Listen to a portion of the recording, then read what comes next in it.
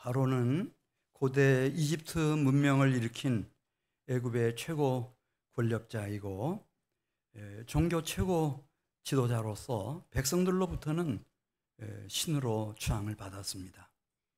그 바로는 사라를 데려다가 자기 아내로 삼기도 했고, 모세가 태어났을 즈음에는 산파들을 시켜 히브리인 남자아이들이 태어나면 죽이라고 지시하기도 했습니다. 후에는 히브리 남자 신생아들을 다 나일강에 던져 수장하라는 명령을 내리기도 했습니다. 히브리인들은 그 어느 누구도 공중권세 잡은 사탄 마귀의 비호 속에 있는 바로를 400년이 지나도록 저항할 수 있는 사람이 없었습니다. 근데 한 사람이 나타난 겁니다. 그가 바로 모세였습니다. 모세는 어떻게 애굽을 찾아가서 무엇을 가지고 바로를 만났는가? 5장 1절에 나와 있는 것처럼 출애굽기 5장 1절에 보면 말씀이었습니다. 하나님께서 이제 모세에게 들려주신 말씀. 출애굽기 5장 1절 중반절 보면 바로에게 가서 이르라. 이스라엘의 하나님 여호와께서 이렇게 말씀하시기를 내 백성을 보내라. 그러면 그들이 광야에서 내 앞에 절기를 지킬 것이니라. 라고 하는 하나님의 말씀이었습니다. 여러분, 이 하나님의 말씀은 히브리서 4장 12절에 기록하고 있는 것처럼 살아있는 말씀입니다. 하나님의 말씀은 살아있고 활력이 있어 좌우의 날선 어떤 검보다도 예리하여 혼, 영, 관절, 골수를 찔러 쪼개기까지 하며 최고의 주권자이신 하나님이 이 땅에 당신의 통치를 펼쳐나가실 때 무엇을 가지고 다스리시는가? 시편 107편 20절에 있는 말씀 보면 하나님의 말씀입니다. 여호와 하나님은 그의 말씀을 보내어 자기 백성들을 고치시기도 하시고 위험한 지경에서부터 자기 백성들을 건져내시기도 하십니다.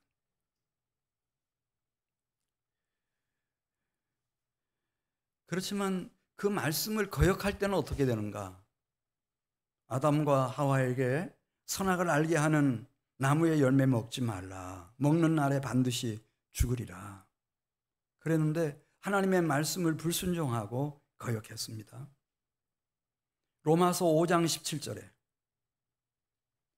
한 사람의 범죄로 말미암아 사망이 그 사람을 통해서, 원래 이 아담이라는 말의 의미가 인류라는 뜻입니다. 인류 사회를 정복해버렸습니다.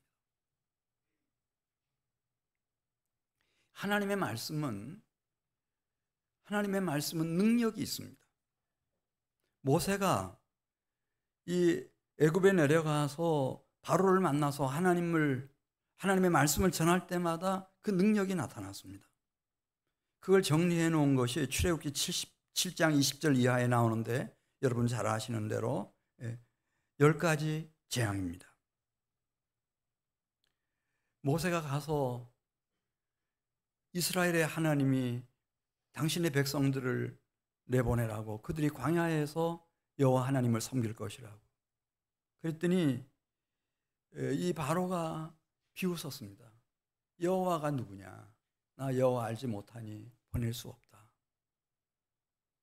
그러자 하나님께서 모세를 통해서 재앙을 일으키셨는데 그 첫 번째 재앙이, 이 애굽 나라에는 신이 있었습니다. 여러 신이 있었어요. 파라오도 신이기는 하지만은 그 중에 가장 중요한 신은 나일강입니다. 이건 젖줄입니다. 어머니 신입니다. 나일강이 상류 남쪽에서부터 때를 따라서 기름진 흙을 계속 이렇게 끌어다가 애굽 땅에다가 뿌려 놓으니까, 그러니까 그렇게 비옥하고 땅이 농사가 잘 됩니다. 가뭄을 모릅니다. 그 나일강이 피로 변했습니다. 호수도, 그리고 여러 저수지들도, 시내도 심지어 예, 물이 솟아나는 샘까지 다 피로 변해버렸습니다. 그래도 그거를 이 바로는 대수롭게 생각하지 않습니다. 홍수가 나면은 뭐 붉은 물이 강을 가득 채우고 막 흘러갈 때도 여러 번 보았고 뭐 늘 있는 일 중에 하나일 거라 이렇게 생각을 한 것입니다. 모세가 가서 아론과 함께 가가지고 하나님의 말씀을 전합니다. 그런데 받아들이지 않습니다. 그래서 두 번째 재앙은 개구리의 재앙입니다. 개구리는 애굽 사람들에게 신입니다. 개구리는 이 번식과 다산의 신입니다. 그래서 자녀를 못 낳는다든지 자손들이 귀한 집안이 있으면 개구리 신을 숭배했습니다. 여러분, 개구리가 알을 낳으면 알을 몇 개나 낳을 것 같아요? 셀 수 없습니다. 저 어릴 때 논바닥에 거기서부터 깨어난 올챙이들 보면은 그 올챙이들이 논바닥을 덮어가지고 흙이 안 보입니다. 그런 개구리 재앙이 닥쳤습니다.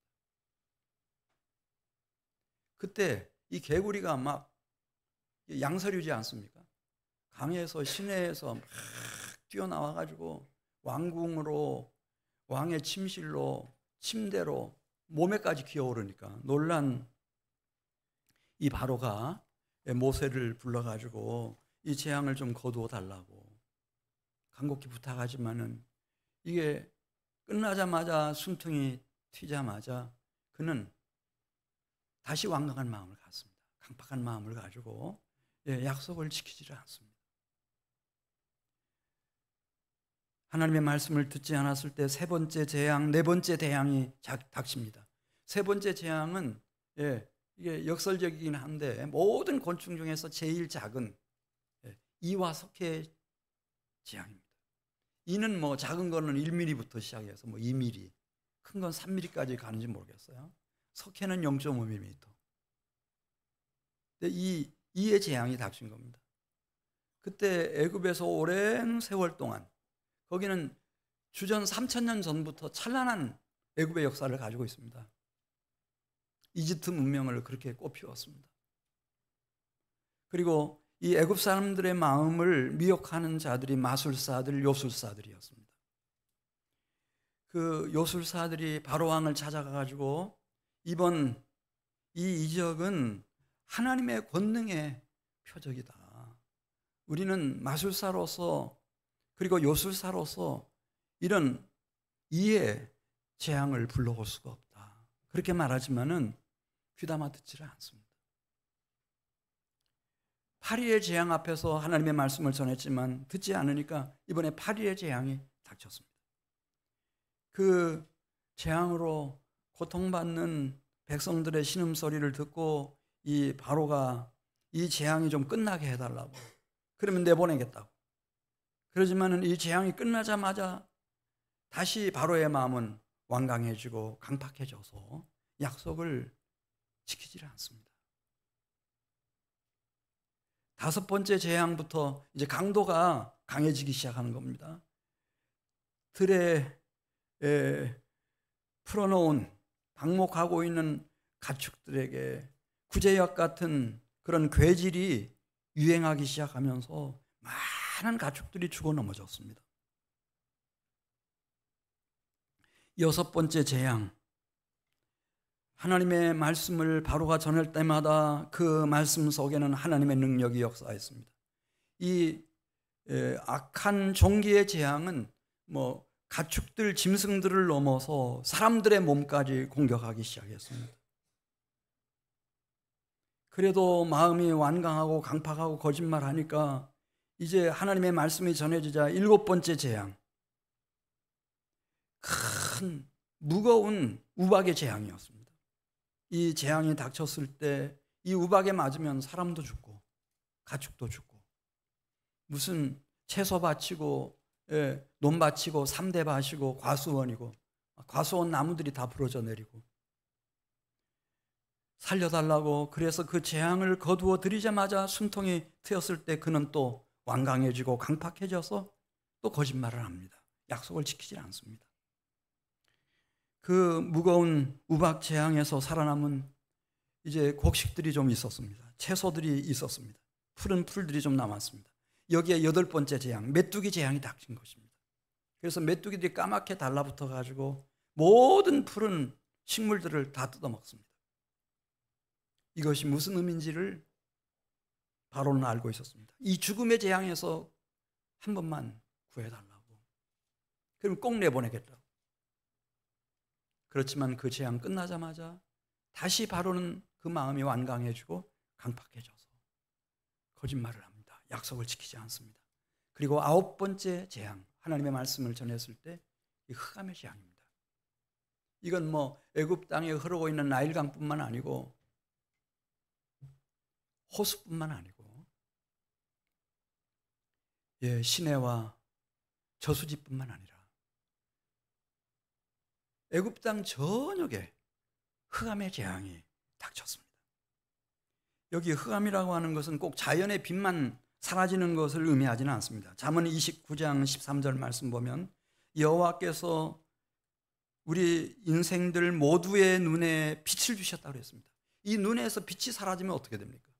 인간의 뇌에서부터 빛이 사라지면 어떻게 되는 겁니까? 인간의 영혼에서부터 빛이 사라지면 어떻게 되는 것입니까? 사망입니다. 사망. 그래서 이 흑암의 재앙 앞에서 바로가 이 재앙을 거두어 달라고, 내보내겠다고 약속하지만은 이 재앙이 끝나자마자 그의 마음은 다시 완강해지고 강팍해지고 거짓말해서 내보내지 않습니다. 그리고 오히려 이 모세와 아론을 무섭게 협박합니다. 출애굽기 10장 28절 보겠습니다. 다시 내 앞에 나타나면 죽이겠다는 겁니다. 출애굽기 10장 28절. 바로가 모세에게 이르되 너는 나를 떠나가고 스스로 삼가 다시 내 얼굴을 보지 말라. 내가 내 얼굴을 보는 날에는 어떻게 된다고 그랬죠? 죽으리라.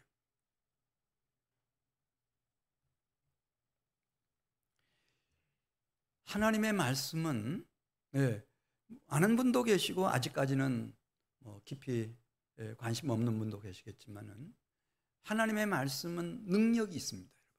능력이 있습니다.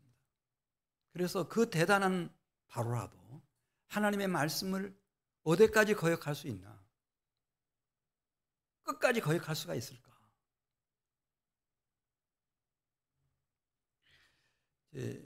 미디안에서 출발하기 직전이었습니다. 하나님이 모세에게 말씀하십니다. 너 이제 애굽에 내려가면은 바로를 만나게 될 거다. 그때 내 말을 전해주어라. 바로가 내 말을 그렇게 쉽게 듣지 않을 거다. 보내겠다고 말을 하면서도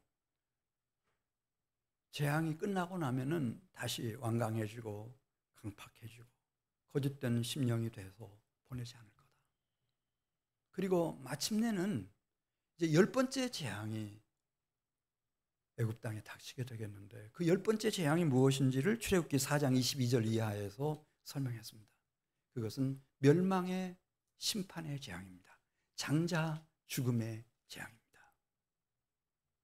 그때야 너희를 내보낼 거다. 그렇게 말씀했습니다. 그래서 출애굽기 11장 4절 가서 보면 마침내 모세가 바로를 찾아가서 하나님의 말씀을 전한 후 얘기를 합니다. 만일 이번에도 당신의 마음이 그렇게 완강해지고 강팍해지고 거짓을 행하게 되면은 이제 하나님의 심판이 임하게 되겠는데 이 왕궁의 왕자, 왕궁의 장남인 왕자부터 시작해서 저 노예의 마다들까지 가축의 첫 새끼까지 애굽 땅에 있는 첫 번째 아들들과 첫 번째 새끼들이 다 죽임을 당할 거다. 그 경고를 합니다. 그러면 어떻게 되겠는가? 지금 히브리인들도 어디서 살고 있어요? 애굽 땅에서 살고 있어요. 애굽 땅에 이 멸망의 심판이 임하게 되면 장자 죽음의 재앙이 임하게 되면 이스라엘 백성들이라고 해서 마지가 없습니까? 장자가 없습니까? 이 사람들도 막 목축업을 대대적으로 하는 사람들인데 첫 새끼가 없겠어요? 그래서 하나님은 자기 백성들에게 그러면 어떻게 해야 이 멸망의 심판을 피해갈 수 있는지 하는 것을 알려줍니다. 출애굽기 12장 2절, 이게 중요한 대목이에요. 우리 한번 출애굽기 12장 2절 말씀 보겠습니다. 이 달을 너희에게 달의 시작 곧 해의 첫 달이 되게 하고, 이 달은 아비벌을 말하는 거예요. 유대력으로 아비벌. 이 달 열흘에 무엇을 준비하라고 그랬어요? 11개가 되면은 무엇을 준비하라고 그랬어요? 어린 양을 준비하라는 거예요. 자신을 위해서, 사랑하는 가족들을 위해서 내 백성들은 무엇을 준비하라고요? 어린 양을 준비하라는 거예요. 근데 성경을 아마 이렇게 꼼꼼하게 읽어보신 분들은 이 어린 양 하면 벌써 떠오르는 어떤 이미지가 있을 거예요. 어린 양? 아담과 하와가 첫 아들을 낳았는데 가인이었고, 그 다음 둘째를 낳았는데 아벨이었어요. 근데 하나님이 아벨과 아벨이 드린 제사는 기뻐 연락하셨고, 가인과 가인이 드린 제물은 받지 않으셨어요. 아벨은 하나님 앞에 무엇을 바쳤다죠? 양의 첫 새끼와 그 기름으로 하나님 앞에 번제를 드렸어요. 근데 연락하셨어요. 어린 양을 받으신 거예요. 사무엘이라고 하는 선지자가 있었는데 하나님이 뭘 원하시는지 잘 알았어요. 그래서 사무엘이 젖 먹는 어린 양, 흠없는 어린 양 하나를 온전한 번제로 하나님 앞에 바친 후에 지금 큰 환란에 처했어요. 블레셋 사람들이 막 순식간에 쳐들어와가지고 풍전등화 같은 위기 속에 있는 나라와 민족을 위해서 하나님 앞에 부르짖었더니 여호와께서 응답하셔서 사무엘이 이끄는 이스라엘을 구원해내셨어요. 할렐루야. 이스라엘 백성들은 참 모세 때부터 회막에서든지 그 이후에 솔로몬 성전이 건축되고 난 이후에 어린 양 한 마리를 아침에 하나님 앞에 번제로 드리고 또 어린 양 한 마리를 해질 때 하나님 앞에 번제로 드렸는데 이것을 상번제라고 그렇게 말해요. 아브라함이 모리아산에 하나님 앞에 번제를 드리러 가요. 그런데 이제 이 장작을 지고 가던 이 아들이 이삭이 물어요. 너무 궁금해서. 다 이렇게 마음 준비도 되고 다 준비하셨는데, 번제할 어린 양은 어디 있나이까? 하나님 앞에 번제로 올릴 어린 양 어디 있습니까? 그게 동문서답 같은 얘기를 아브라함이 했어요. 처음에는 이게 무슨 말인가 했어요. 내 아들아, 번제할 어린 양은 하나님이 자기를 위해서 친히 준비하시리라. 여기서 그 여호와 이레라고 하는 신학 사상이 나오거든요. 하나님은 수준이 낮아요? 하나님은 수준이 높아요? 하늘보다 더 높으셔요. 그래서 모든 번제물 중에 하나님을 온전하게 만족시킬 수 있는 그 번제물은요, 하나님이 준비하셔야 돼요. 우리가 보기에는 흠과 티가 없는 그런 순전한 어린 양이라 하더라도 하나님 눈에는 다 문제가 있어요. 하나님이 준비하실 어린 양 얘기를 하시는 거예요. 근데 이 하나님이 친히 준비하실 어린 양이 뭐냐, 이거를 우리에게 전해주는 선지자가 하나 있는데 이사야라고 하는 선지자예요. 이사야 53장 9절에 보면, 이사야 53장 6절이죠. 6절부터 보면은 그 양을 이사야 선지자는 짐승이 아니라고 그랬어요. 인격적 존재자예요. 너무너무 존귀한 인격적 존재자예요. 그래서 대명사를 쓸 때 항상 3인칭 단수 대명사를 써서 그분 이렇게 말해요. 자, 제가 한번 이사야 53장 6절을 읽어드릴게요. 하나님이 준비하실 나와 우리 모두의 진정하고 완전한 대속을 위해서 하나님이 준비하실 어린 양은 누굴까? 이사야 53장 6절, 우리는 다 양 같아서 아담과 하와 때부터 처음부터 그릇 행하여 각기 제가 원하는 길로 떠돌아 다녔거늘 여호와께서는 우리 모두의 죄악을 그분에게 담당시키셨도다. 이게 정확한 번역이거든요. 계속 보겠어요.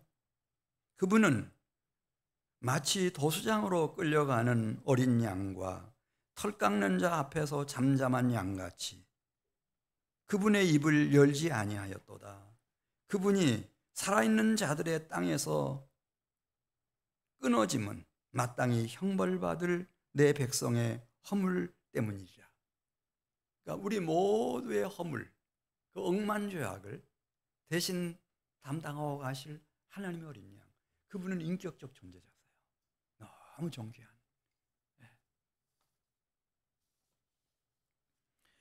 물론 이제 모세 때에도 출애굽기 12장 5절 6절 보면 이제 그 하나님 앞에 드려질 이 양은 어떤 양이었는지 5절에 나오죠. 출애굽기 12장 5절. 너희 어린 양은 흠이 있어야 돼요, 없어야 돼요? 흠 없고 1년 된 무엇으로 해야 된다 했죠? 수컷으로 바치는 거예요. 하반절에 6절 하반절에 이 달 19날까지 간직하였다가 이제 아비벌 14일 밤에 해질 때 이스라엘 회중은 이 대속제물인 흠 없는 1년 된 수컷 양을 잡는 거죠. 그 희생이에요. 그 희생. 원래 이 죄라고 하는 것은 죄의 삭은 뭐라고 그랬죠? 사망입니다. 그래서 히브리서 9장 22절 보면 율법을 따라 거의 모든 물건이 어떻게 정결하게 되고 모든 인생이 어떻게 죄를 사함받을 수 있나? 율법을 따라 거의 모든 물건이 피로써 정결하게 되나니 피 흘림이 없은즉 사함이 없느니라. 그렇게 말씀했습니다. 생명으로 생명을 사하는 거예요. 하나님 앞에서는 그렇습니다. 이 정결하게 되는 것도 예를 들어서 나병 환자가 있다, 나았다 하더라도 레위기 24장 25절 이하에 있는 말씀을 보면 이 치유된, 기적적으로 치유된 이 나병 환자가 제사장을 찾아가서 자기 몸을 다 보여주는 거예요. 제가 이렇게 깨끗하게 치료됐습니다. 그렇다 하더라도 이 정결 의식을 제사장이 집행할 때 어떻게 하죠? 제사장이 이 어린 양의 피를 가져다가 정결함을 받을 자의 오른쪽 귓부리에다가 피를 발라요. 오른쪽 엄지 손가락에다가 피를 발라요. 오른쪽 엄지 발가락에 피를 발라요. 그래서 그 피로 정결함을 받도록 그렇게 율법에 되어 있습니다.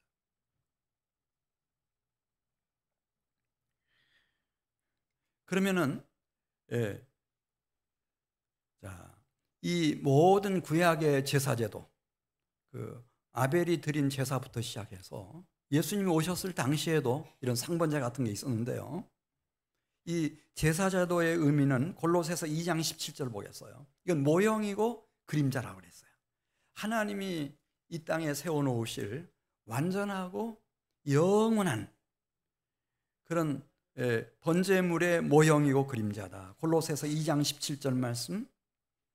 그러니까 구약의 제사제도, 이것들은 장래 일의 뭐라고 그랬죠? 그림자이나, 좀 여기 어렵게 번역되어 있는데요, 몸은 그리스도의 것이니라. 이 몸이라는 말이 영어로 하면 리엘러티예요. 실제라는 거예요. 실제. 실제는 하나님이 무엇을 염두에 두셨는가 하면은 그리스도의 것, 그리스도의 살, 그리스도의 피, 그리스도의 생명, 영혼까지 속죄제물로, 속건제물로, 화목제물로 드려질 그리스도의 것, 그걸 하나님은 염두에 두셨다는 거예요. 베드로전서 1장 18절 이하에 있는 말씀 보면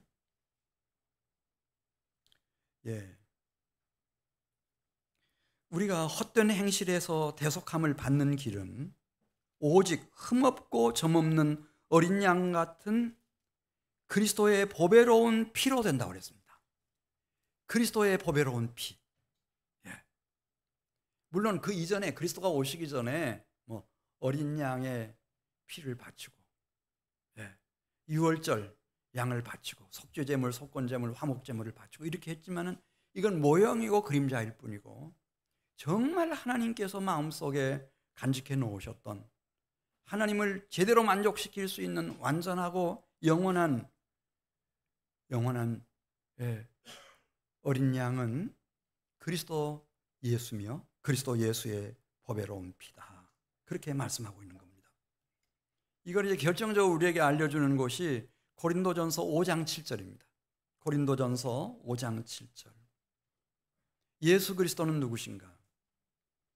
고린도전서 5장 7절 하반절에 우리의 유월절 양, 누가 희생되셨느냐고 했죠?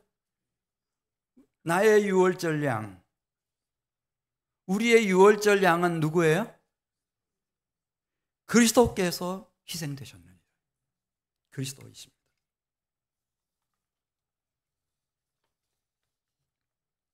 네. 출애굽기 12장 13절 말씀 보겠습니다.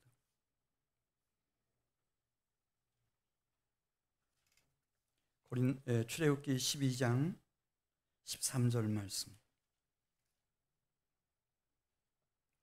왜 이제 이 어린 양을 준비하라고 하셨는가? 이 하나님의 그 멸망의 심판이 비켜가려면 이 장자를 멸하는 죽음의 사자가 비켜가려면 이 어린 양의 피가 필요하다는 거예요. 자, 우리 출애굽기 12장 13절을 같이 읽습니다. 내가 애굽 땅을 칠 때에 그 피가 너희가 사는 집에 있어서 너희를 위하여 표적이 될지라. 내가 무엇을 볼 때 너희를 넘어간다 그랬죠? 피를 볼 때에 너희를 넘어가리니 재앙이 너희에게 내려 멸하지 아니하리라. 그랬습니다. 네, 피밖에 없어요. 어린 양의 피. 네, 그 유월절 양은 누구를 말한다고요? 그리스도 예수. 그리스도의 예수의 피. 이 피 안에서 보호받으면 이 멸망의 심판이 죽음의 사자가 유월해요. 유월이라는 것이 패스오버예요. 다 지나가요. 해치지 않고 지나가는 거예요. 출애굽기 12장 14절 보겠습니다. 이 역사적 사건은 영원한 규례로 삼아야 된다고 그랬습니다. 그냥 일회적인 사건이 아니고 12장 14절 너희는 이 날을 기념하여 여호와의 절기를 삼아 영원한 규례로 대대로 지킬지니라. 너희는 이래 동안 무기병을 먹을 것이며 그렇게 쭉 말씀하시죠. 영원한 규례. 영원한 규례. 왜냐하면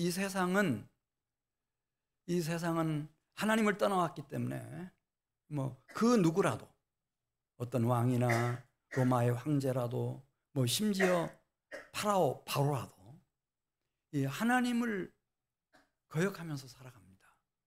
어디까지 거역하는가? 10가지 재앙, 멸망의 심판의 날이 닥치는 순간까지 하나님을 거스리고 대적하고 반역하는 길로 치닫고 맙니다. 따라서 이 땅 위에서 살아가는 주의 백성들은 어린 양이 필요하다. 나를 대속해줄, 그래서 희생의 제물이 될 어린 양. 근데 그 어린 양이 하나님께서 준비하신 어린 양, 완전하고 영원한 어린 양이어야 한다. 그 말씀하면서 우리 출애굽기 12장 21절 말씀 보겠습니다. 이 어린 양의 피가 어린 양을 잡잖아요. 그럼 목을 베면 목에서 피가 쏟아져 나오고 그 피를 대하에 받아가지고 이 피를 어디다가 뿌리는가? 자기가 또 자기 가족들이 지금 지내고 있는 그날 밤 14일 밤에 보내고 있는 그 임방과 설주에 그 어린 양의 피를 다 뿌립니다. 21절 보겠습니다. 모세가 이스라엘 모든 장로를 불러서 그들에게 이르되 너희는 나가서 너희의 가족대로 어린 양을 택하여 유월절 양으로 잡고 우슬초 묶음을 가져다가 그릇에 담은 피에 적셔서 그 피를 어디에 뿌리라고 했죠? 문 임방과 좌우 설주에 뿌리고 아침까지 한 사람도 그 집 밖으로 나가면 안 돼요. 그 어린 양의 피 안에 보호를 받아야 돼요. 그 피 안에 있어야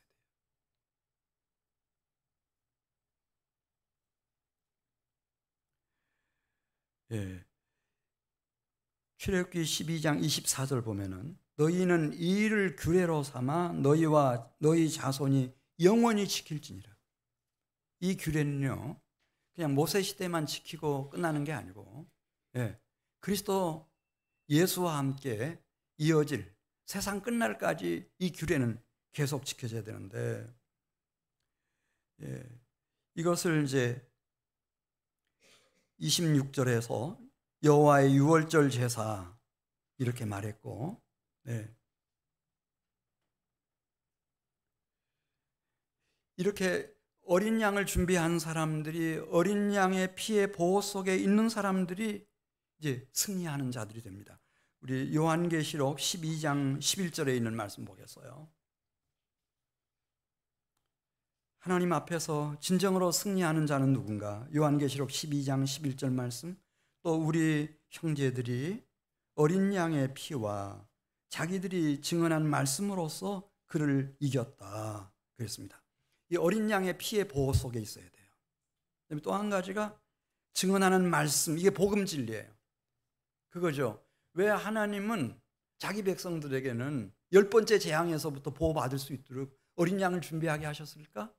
대속제물로서 어린 양이 희생을 당했는데 그 피의 보호 속에 있다고 하는 말이 무슨 말일까? 그리고 그 집안에서 그 양의 고기를 다 먹으라고 했는데 그 피의 보호 속에 있고 그리고 그 양고기를 다 먹는다고 하는 것이 무슨 뜻일까? 이게 이제 복음 진리예요. 복음 진리. 아까 우리 성가대 찬양해 주셨습니다마는 하나님은 수준이 아주 높으세요. 높으셔서 이 세상 것 가지고는 하나님을 만족시킬 수가 없어요. 하나님의 사랑을 우리에게 주시기 원하시는데 그게 어린 양이에요. 하나님의 품속에 계신 어린 양, 주 예수 그리스도예요. 이분 안에서 다 은혜 받은 자가 되고 죄사함 받은 자가 되고 의로운 심령들이 되고 이기는 자들이 되고 구원받는 사람들이 되기를 하나님은 원하셔요.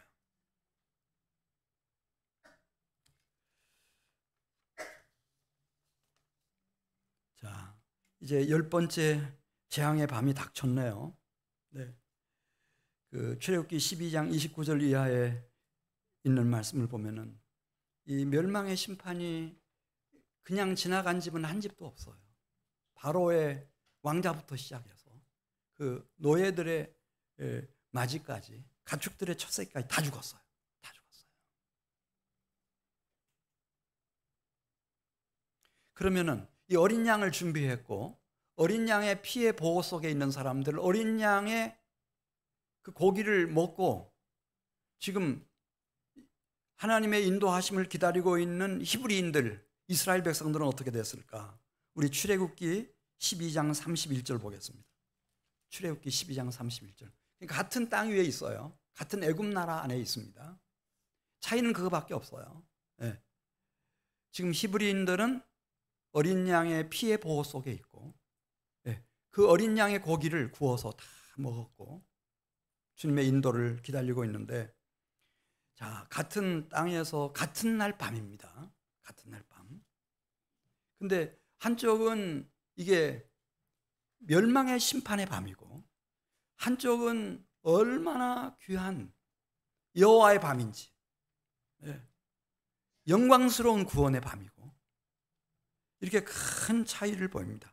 우리 출애굽기 12장 31절 같이 읽습니다. 밤에 바로가 모세와 아론을 불러서 이르되 너희와 이스라엘 자손은 일어나 내 백성 가운데서 떠나 너희 말대로 가서 여호와를 섬기며 너희가 말한 대로 너희 양과 너희 소도 몰아가고 나를 위하여 축복하라 하며 애굽 사람들은 말하기를 우리가 다 죽은 자가 되도다 하고 그 백성을 재촉하여 그 땅에서 속히 내보내려 하므로 그 백성이 발교되지 못한 반죽 담은 그릇을 옷에 싸서 어깨에 매니라. 그러면서 51절입니다. 바로 그날에 여호와께서 이스라엘 자손을 일으켜 세우시는데 여호와의 군대처럼 일으킵니다. 그 무리대로 애굽 땅에서 인도하여 내셨더라. 출애굽의 위대한 역사를 연출해 내시는데 이 히브리 노예들을 여호와 하나님의 여기 그 무리대로, 이 원의 의미가 군대처럼 일으키셨다 그런 뜻입니다. 군대처럼 일으키시는 겁니다. 41절 거기 나오죠. 41절. 430년이 끝나는 정확한 14일 밤입니다. 여호와의 밤입니다. 이 애굽 땅에서 히브리 노예들이 무엇으로 일어나나? 여호와의 군대로 일어섭니다. 여호와의 군대로 일어서고 출애굽을 하죠. 이 밤은 그들을 애굽 땅에서 인도하여 내심으로 말미암아 여호와 앞에 지킬 것이니 이는 여호와의 밤이라. 이스라엘 자손이 다 대대로 지킬 것이니라. 하나님이 이 히브리인들을, 이스라엘 백성들을 여호와의 보배롭고 존귀한 백성으로, 여호와 하나님의 군대로 일으키는 거예요. 그러니까 천하무적이죠. 그 누구도 이들이 가는 길을 가로막을 수가 없어요. 무엇이 그렇게 만들었다는 거예요? 어린 양. 어린 양이 있느냐 없느냐 이거예요. 나와 오늘 설교 제목처럼 우리 가족을 위해서 어린 양을 준비했느냐.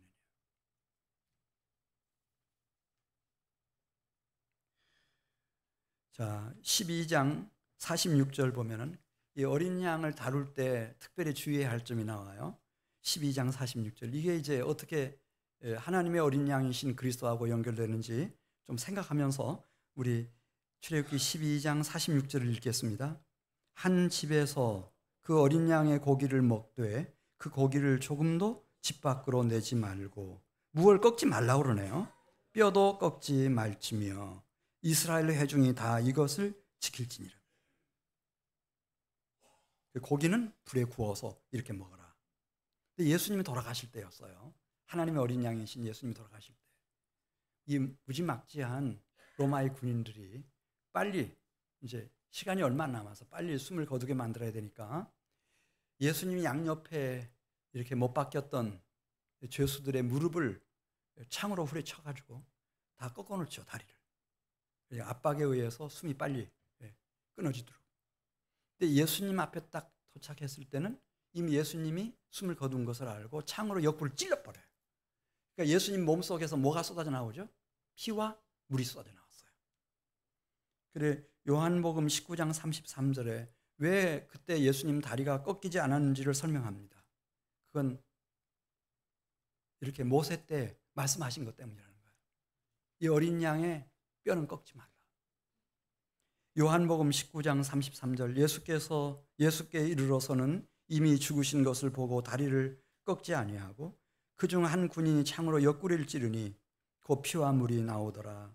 이 일이 일어난 것은 그 뼈가 하나도 꺾이지 아니하리라 한 성경을 응하게 하려 함이라. 그렇게 말씀했습니다. 이제 예수님이 이 세상에 살아 계실 때 당신이 어떻게 유월절 양이신가 하는 것을 너무나 이렇게 확실하게 우리에게 나타내 보이신 일이 있었는데, 요한복음 6장 53절입니다. 요한복음 6장 53절. 예수께서 이르시되 내가 진실로 진실로 너희에게 이르노니 인자의 살을 먹지 아니하고 인자의 피를 마시지 아니하면 너희 속에 무엇이 없느니라 그랬죠? 이 재앙을 헤치고 나갈 그런 참 생명이 없다는 거예요. 언젠가는 죽음 앞에서 무슨 생각을 하고 무슨 행동을 할지 죽음이 두려워서, 죽고 난 후에 육신의 장막을 벗고 나면 그 영혼을 사탄 마귀가 가지고 놀 거예요. 오직 하나님의 온전한 어린 양이신 예수 그리스도의 살과 피를 먹고 마신 사람만 이 10가지 재앙을 이길 수 있는 참 생명, 새 생명이 그 속에 주어지는 거예요. 내 살을 먹고 내 피를 마시는 자는 영생을 가졌고 마지막 날에 내가 그를 다시 살리리니 내 살은 참된 양식이요 내 피는 참된 음료로다. 예.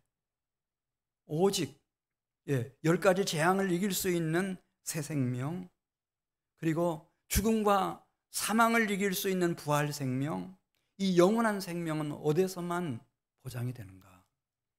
이 어린 양 그리스도 예수 안에서, 이분의 피 안에 거할 때, 이분의 살과 피를 먹고 마신 사람들에게만 이 새 생명이 주어진다는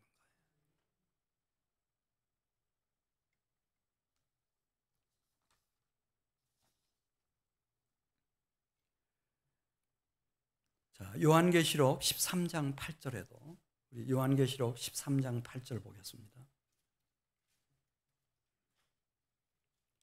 죽임을 당한 어린 양의 생명책에 창세 이후로 이름이 기록되지 못하고 이 땅에 사는 자들은 다 그 짐승에게 경배하리라. 어린 양의 생명책에 기록된 사람들, 그러니까 어린 양을 모셨어요. 나를 위해서, 우리 가족들을 위해서.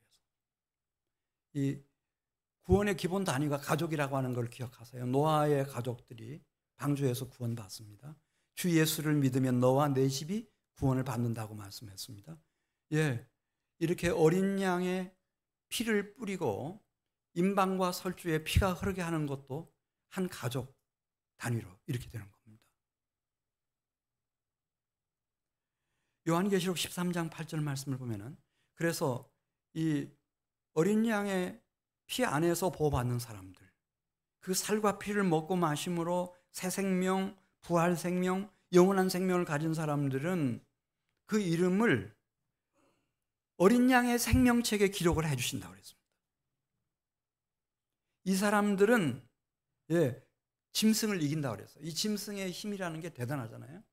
이 짐승이 누구를 자기 등에 태우냐에 따라서 그 바벨론의 왕이 되기도 하고, 로마 제국의 황제가 되기도 하고, 애굽의 바로가 되기도 하고, 다 그러는 거예요. 음녀라고 그렇게 이제 요한계시록에 나오는데, 그 짐승의 미혹을 이길 수 있는 사람이 무슨 재력 가지고, 권력 가지고, 자기 실력으로, 자기 유명세로 어떻게 그걸 짐승의 시험을 이길 수가 있나? 요한계시록 13장 8절, 어린 양의 생명책에 창세 이후로 이름이 기록된 사람들만 이 짐승의 미혹을 이긴다는 거예요. 짐승의 시험을 이겨. 요한계시록 7장 17절도 보겠습니다. 왜 그러면은 이 어린 양의 생명책에 기록된 사람들은 마침내 이기는 자들이 되는가? 그 이기는 자들이 될 수밖에 없는 이유, 요한계시록 7장 17절 말씀. 제가 죄송해요. 막 말씀을 너무 깊이 막 이렇게 파고 들어가다 보면 이렇게 설교가 어려워져서 너무 죄송한데, 요한계시록 7장 17절입니다. 이는 그 보좌 가운데 계신 어린 양이 그들의 목자가 되사, 친히 목자가 되셔서 어린 양의 생명책에 기록된 사람들을 어디로 인도한다고 그랬죠? 생명수 샘으로 인도하신다는 거예요. 할렐루야. 생명수 강이 있다고 그러잖아요. 하나님 나라에. 생명수 샘으로 이렇게 인도하셔요. 그리고 그의 아버지, 하늘에 계신 우리의 아버지 하나님께서 어린 양의 생명책에 기록된 사람들의 상한 마음을 위로해 주시고 그들의 눈물을 다 닦아주신다. 그래서 이 세상이 줄 수 없는 위로를 그렇게도 베풀어 주시는 거예요. 그래서 쓰러졌는데 다시 붙잡아 주시고 다가오셔서 위로해 주시고 눈물을 닦아 주시고 일으켜 주시고. 할렐루야. 이 순례자의 길을 완주할 때까지 우리를 생명수 샘으로 이분이 친히 인도에 데려가시고, 우리가 목말라서 쓰러져 있을 때, 그리고 그분의 아버지, 우리의 하늘 아버지께서 계속 위로해 주시고 눈물을 닦아주시고, 그렇게 해서 이 믿음으로 갈 수 있는 이 순례자의 길을 마침내 완주하도록 그분이 결정적으로 도와주신다는 거예요. 요한계시록 5장 11절 이하에 있는 말씀을 보면요, 이 어린 양, 하나님이 가장 사랑하는, 그래서 가장 사랑하고픈 우리에게 보내주신 이 하나님의 어린 양, 그리스도 예수 안에 뭐가 있다고 그랬죠? 이 어린 양 안에 능력, 부, 지혜, 힘, 존귀, 영광, 기타 등등 다 있어요. 할렐루야. 이 어린 양 안에 다 있어요.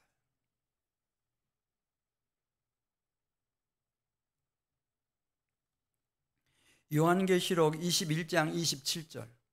요한계시록 21장 27절. 누가 거룩한 성, 새 예루살렘 성에 하늘 아버지의 집에 마침내 입성을 하냐. 그걸 얘기하고 있어요. 누구냐? 예쁜 사람이냐, 미운 사람이냐, 건강한 사람이냐, 병든 사람이냐, 부자냐, 가난한 사람이냐. 네? 누구냐? 누가 거룩한 성, 새 예루살렘, 하늘 아버지의 집에 마침내 입성을 하는지. 요한계시록 21장 27절 같이 읽습니다. 무엇이든지 속된 것이나 가증한 일 또는 거짓말하는 자는 결코 거룩한 성 새 예루살렘 하늘 아버지의 집 그리로 들어가지 못하되 오직 무엇에 기록된 자들만 들어간다 그랬네요. 어린 양의 생명책에 기록된 자들. 할렐루야. 이 사람들은 어린 양을 알까요, 모를까요? 알죠. 그것도 하나님의 어린 양을 알아요. 하나님이 가장 사랑하는 자기 품속에 있던 어린 양.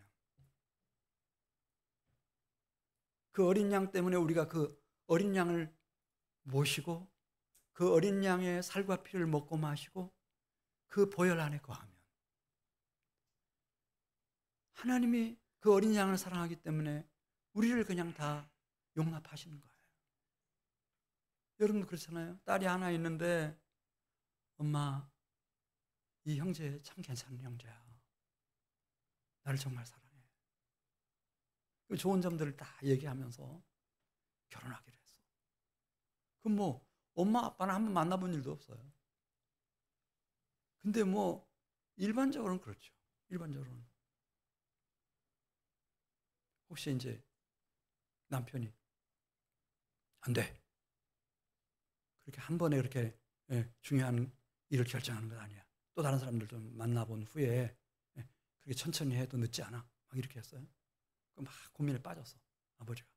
엄마가 얘기하죠. 아빠한테. 여보, 당신 딸 사랑하지? 딸 믿지? 그럼 딸의 결정한 것도 믿을 수 있지? 그냥 사랑하는 딸이니까. 그런 것처럼 주님이 사랑하는 아들이니까 그 어린 양의 생명책에 기록된 사람들은 하나님께서 다 당신의 나라에 들어오게 하시는 거예요. 할렐루야. 5절 요한계시록 15장 2절 마지막으로 보고 마치겠습니다. 그러면 하나님 나라에 가가지고 우리는 무슨 일을 할까? 거기서 하나님 나라에서 뭐 하루도 아니고 이틀도 아니고 그 긴 세월을 어떻게 보낼까? 요한계시록 15장 2절에 나와요. 하나님 나라에 가면은 우리가 하는 일이 있어요. 너무 신나는 일이죠. 이게 영원무궁토록 이 일을 해요. 일이 무슨 일인가요? 요한계시록 15장 2절에 보면 또 내가 보니 불이 섞인 유리바다 같은 것이 있고, 이 사람들 앞에는 불이 타고 있는 유리바다. 여러분, 유리가 막 불덩이처럼 타오르려면은 그 유리의 온도가 몇 도쯤 되면 타오를 수 있을까요? 그렇게 100도? 200도? 아니죠. 불로 타오르고 있는 유리바다예요. 거기를 건너왔어요.